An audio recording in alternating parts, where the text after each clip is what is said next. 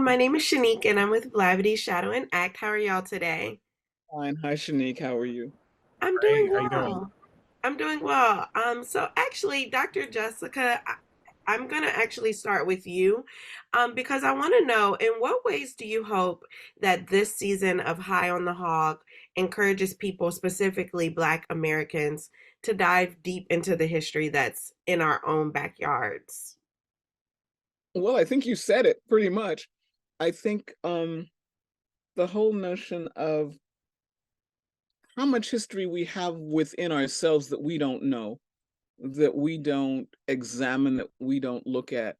We talk to our elders, but not in the same way that we did when I was your age and younger. Um, we have pretty much not in many families, or we have in many families given up the whole idea of family dinner on a weeknight.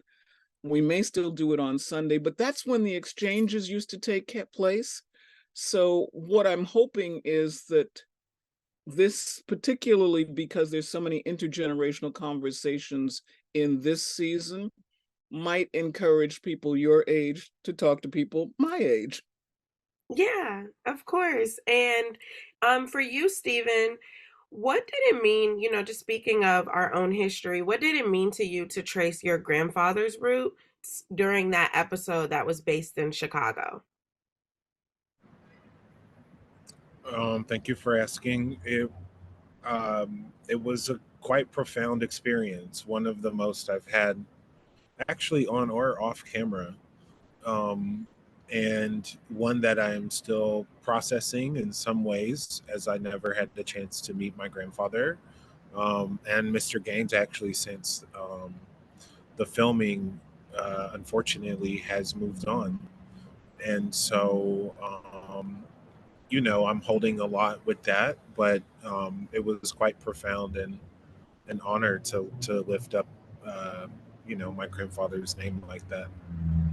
Yeah, and I love that you all just like I loved season one, but I especially love season two because you guys did a story with Alelia Bundles, and she actually inspired me to trace my own family roots. So like I got it here. This is, you can't really see, but that's my great grandmother, and we made a recipe book about Oh, about her, okay. with all the family Let us recipes. know. We can't. We couldn't see that. Who's your Oh great grandmother? yeah, yeah. I think my camera. Yeah, I'm you sorry. you have a Okay, special setting. but here it is. Yeah. So yeah, Mame. yeah, my May, because she was a Okay. sharecropper. So like seeing the nod to Wow. the sharecropping history here in America was amazing. So for you, Dr. Jessica, I want to know, when did you discover that connection between the food that we eat and where we come from? And how did it kind of light that power that's led to your current work on High on the Hog? Well, I mean, I think what happened for me personally was being in Senegal.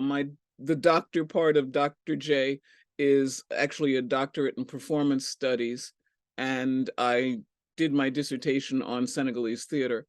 And so I went there for the first time in 1972. And in eating, my mouth started making connections. I had been the travel editor at Essence, and that also led into the mouth making connections. So, having eaten on different spots of the diaspora, it was like, I need to go figure this out. And, I had the academic training. I was, very fortunate in that I had that. And so it's like, let me do a little research and see what I can see. And that's kind of how it rolled out. Yeah, I love that. And my next question is for both of you all, because I was doing some research, and the phrase "to live life high on the hog," it means to prosper and live luxuriously. How do you hope that this series encourages viewers, especially Black people, to do just that despite, our history here in America? And we can start with you, Stephen. Yeah, well, I think, the Black experience has not been a monolithic one. And there's plenty of Black folks in our history who lived a life that was high on the hog, and many who continue to do so. Um, and so I think part of it in the telling of, this particular through line of our narratives and our stories, um, which is to say that in this context, we are speaking high on the hog as a more aspirational idiom. But I think that we um, do tell and try to tell the story of our people in a way that shows what we were trying to get like and what it was like, and also sometimes how it felt and what it looked like when food has been that other thing for us, which is a companion, a hug, a place of solace, um, and strength. Okay, Shanique, I'm gonna out Shanique. Shanique what? Shanique, no. I'm going to out you a little bit. You have not looked at the book. The book High on the Hog actually begins with the story that allegedly gives us that expression, which goes back to like a Master and John trickster tale. So sort of like the Brer Rabbit stories, the trickster tales where somebody is getting over on somebody else. We don't have the time for me to tell it, but the bottom line is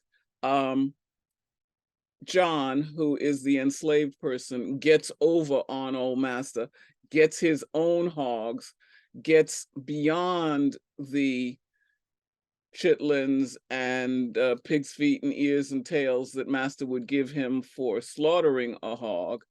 And once he gets his own hogs, he gets ham and pork chops and all of that. And he says he's living high on the hog, not the feet, but the ham.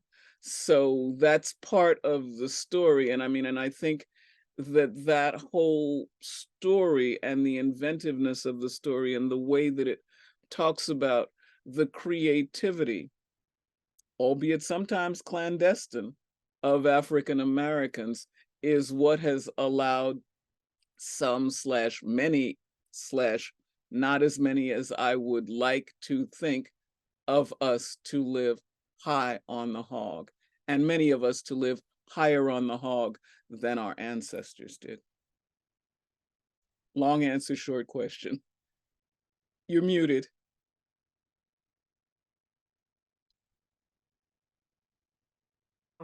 Thank you so much for your time and for bringing that to my attention. I'm definitely going to dive into the book. No, no, no. Just read the epigraph. I wasn't selling the book. Just read that because Okay. you'll get the story, and it's kind of funny. Yes, of course. Well, thank y'all so much for your time today. Thank you, Shanique. You take care. Have a good weekend, a good Thanksgiving if you celebrate, a good holiday season, year-end holiday season. Thank you, y'all too.